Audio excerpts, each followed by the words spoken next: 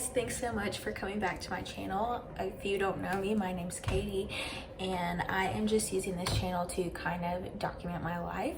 So in this video, I'm going to be talking about getting accepted to PA school on the first try and some facts about me, kind of my stats and everything, and just some good advice that I think you guys should follow to increase your chances. So to start things off, I wanted to talk about why I chose PA. And I always knew I wanted to go into the medical field, so I just assumed that that was medical school. But after doing lots of research when I first got to college, going to lots of seminars about medicine, what med school is like, I knew that that wasn't for me, but I still wanted to be in medicine. So I was feeling super lost. Like, I literally, aside from organic chem, took a whole semester of business classes because I thought I might want to switch to marketing or something like that. Which in hindsight was really beneficial to me now in my current role and just kind of the way I'm doing things on the side of my medical stuff. So I just kept praying and I just had no idea what I was going to be doing in med school, or not in med school, but in the medical field. So I was just, still doing what I could. I was working hard at all my classes to make sure my GPA was still as high as it possibly could be. And then it just kind of came to me one day to look into PA, and the more I looked at it, the more I followed people on Instagram, the more I dove into what it means to be a PA. I knew that that was for me, and that's what I wanted to do. Just a little bit of backstory about my education. I went to Clemson University and I studied nutrition. The whole major title is called Food Science and Human Nutrition with a concentration in basic and behavioral sciences. So quite a mouthful. But anyways, I started out as a biochem major, quickly realized that that was not for me. In my first semester at Clemson, I got a 2.7 GPA. So basically, I just want to say that if you are early in your college career and you find yourself struggling, like, it is okay. You just have to learn and adapt, and you will succeed if you put your mind to it. I actually finished college with a 3.66. So in my interviews, I was able to talk about how I learned how to study, how I worked hard, and then I was able to raise my GPA from a 2.7 to that 3.66. So that just kind of shows like improvement. Like, if you can show improvement on your application, like, you're golden. Like, you're fine as long as you meet the minimum requirements. I figured out I would list out my like stats for you, like in terms of GPA, PCE, all that good stuff. On the GRE, I got a 310 total score, and I had 157 on the verbal, 149 on math, and a 4 on writing. So I mean, in terms of verbal, I did really good, which I expected because that's my strong suit, but math was like not the easiest, but I do have some good study methods that I can share with you guys if that is something that you're interested in. So if you would like a video on how to study for that, definitely comment and say GRE if that's something you're interested in. I also took the PA CAT on a whim, which I do not recommend. I almost didn't apply to the school I was accepted to. I didn't think I was gonna get in by a long shot. I didn't want to take this test. I honestly didn't study for this test. I was sick with strep, and I was still finishing like the documents of my application. So I was focusing on that because of like the rolling admission timeline and things. You want to submit early. So I didn't really even study until maybe like 2 days before, and I barely studied. All I looked at was like the intro chapter to the MCAT chemistry book because I was like, I just did not know, and I knew chemistry was my worst subject, so that's why I went with that. But I still like really didn't put my full effort into it by a long shot, so I don't really consider myself as studying for it. And I got a 530, which, I don't know if that's even good or bad, but it's based on the people you take the test with that day. So basically what I did to prepare or what I was going to do to prepare if I wasn't so sick was going to go through an MCAT study plan. And instead of the calculus, I was going to look at my anatomy notes from undergrad to kind of study for that, which was a good thought, but didn't get it done.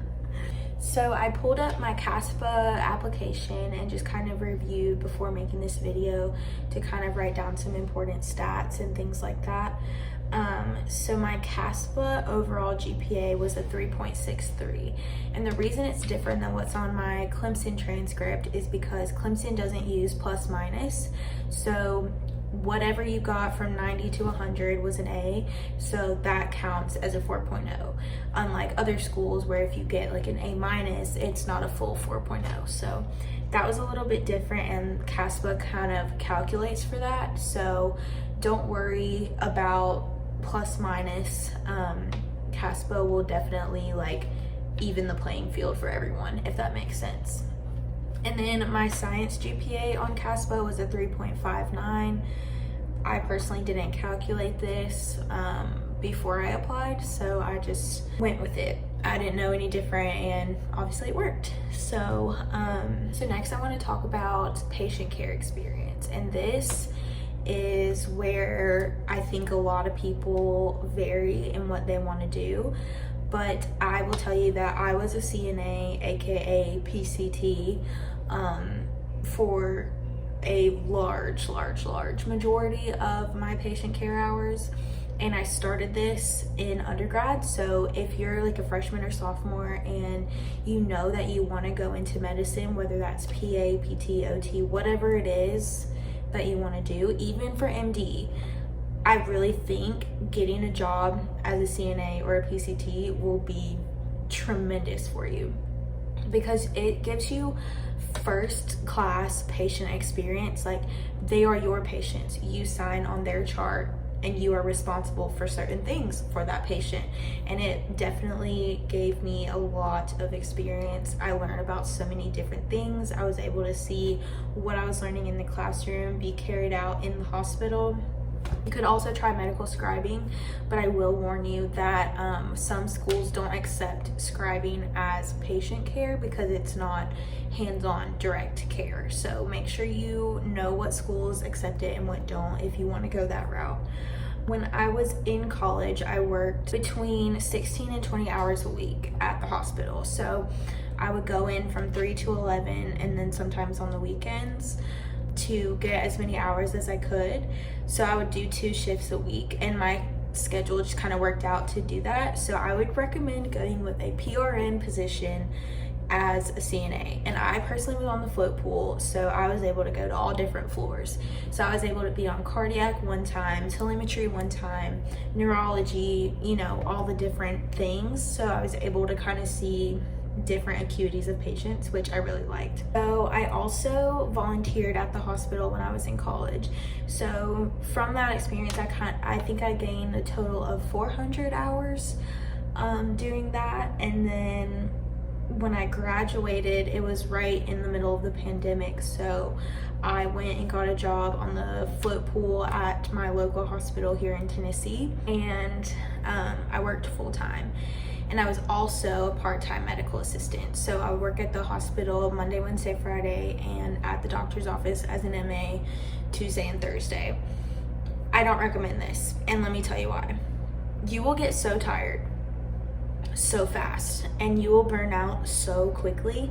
So if you know that you want to go into medicine, I suggest starting your patient care earlier, so that 1, you may not even have to take a gap year, and 2, if you do, you can work part-time and do other things if that's in the cards for you. Now, I know everyone's financial situation is different, so obviously you may have to work full-time after college, but I moved home mostly because of the pandemic, but I was gonna work full-time either way. In that regard, I got a lot of COVID experience at that hospital, but I was also in the float pool, so I went to, GI, kidney, neuro, all the different things, and it was really different than my first hospital experience. So it's good to be able to talk about how the same role in a different hospital could be very different. In total, I had over 2,000 hours of healthcare and patient care experience. I think I totaled out at like 3,500 for everything, including volunteering and other work things that weren't medical related. So make sure you keep a spreadsheet or use mypabox.com for that. That's what I used to keep everything organized, and it was so helpful when it came time to apply, because I had basically done all of the work already and I didn't have to go searching for it. So I was able to submit a little bit earlier than some of my peers, and I definitely think that was helpful. That being said, after doing all of that work, after applying, writing supplemental essays, everything, I submitted my application in mid-June. I didn't hear a peep until September. I was like stressing out, freaking out. I was like, okay, well, if I don't get in, like, I need to make a new plan. And so I definitely have a backup plan written out in the notes on my phone, which if I can figure out how to, I will show you here. But I just think you shouldn't doubt yourself until you have that physical letter that says, like, we are not going to interview you, or we are going to interview you. So definitely keep your head up, try to focus on other things, but also be working towards that reapplication if you have to do that. So I basically just wanted to share with you guys kind of like how many interviews I got, the results of them, things like that. So at first I only had 2 interviews, and I did both of them, and the school that I got accepted to, I actually thought the interview went a lot worse. So I really wasn't anticipating getting accepted, like, in the slightest. And then in the other one, I was like, oh yeah, I'm gonna get in, it's fine, I did great. Which was not the case. I got waitlisted at the other school and accepted to the school that I'm gonna be going to. After I got the invites for those 2 schools, it was about a month or 2 before I got the second round of interview invites for other schools. And at first I accepted the interview invitations and I was planning on doing it. I had a mock interview scheduled, everything. I got the results from this school that I'm going to, and I just felt like it wasn't worth it for me to go do those interviews, because I didn't think there was any way that those schools would beat out the school that I'm going to for several reasons, whether that's like family, friends, location, type of program, just so many factors. So I declined those interviews, and I believe that's all of the schools pretty much. I applied to 11, so I heard back from almost all of them, and I assume I'll hear either way about the other schools that I haven't heard from yet. But yeah, I basically just wanted to give a general piece of advice that if you want to be in the medical field, and specifically a PA, like, you can do it. Anybody can do it. If I can do it, you absolutely can. You just have to work like it's the only thing that's important to you. And you will have doubts, you will want to change your mind, you will struggle more than you realize, especially when you first start patient care, because it is a wake-up call and it is different than anything else you've ever seen. But you will learn compassion and care for patients in a way that you can't learn just from thinking about it or listening to case studies, things like that. You will understand the nuance of bedside manner, those kinds of things, and it will either really solidify that you want to do it or make you reevaluate. But if it's something that you want, you absolutely can do it, and you just have to believe in yourself even when you want to give up. Do not give up, do not give up, do not give up. It is worth it to try. And if you don't get it and you don't want to apply again, you know, that's fine, but you at least can say that you tried. So I definitely would suggest that. If you guys would like some help with PA stuff in the future, comment down below and I will come up with some way that we can either Zoom, Google Hangouts, whatever, and we can kind of go over some things for your PA application or where you're at in the process. Obviously I don't know everything, but I definitely have researched this for a long time, so I'm happy to lend a hand in any way that I can. So yeah, definitely comment below and let me know if there's a big demand for it, then I definitely will develop something for that. All right, you guys, thank you so much for watching this video. I hope you enjoyed it, hope you learned something, and most importantly, I hope you never give up on your dream of being a PA, and just know that if I can do it, so can you. So yeah, comment, subscribe, like this video, whatever you want to do. Share with your friends who might be in the process of going to PA school. Hopefully the content going forward will be PA related. But yeah, thank you guys for watching, and I'll see you in my next video.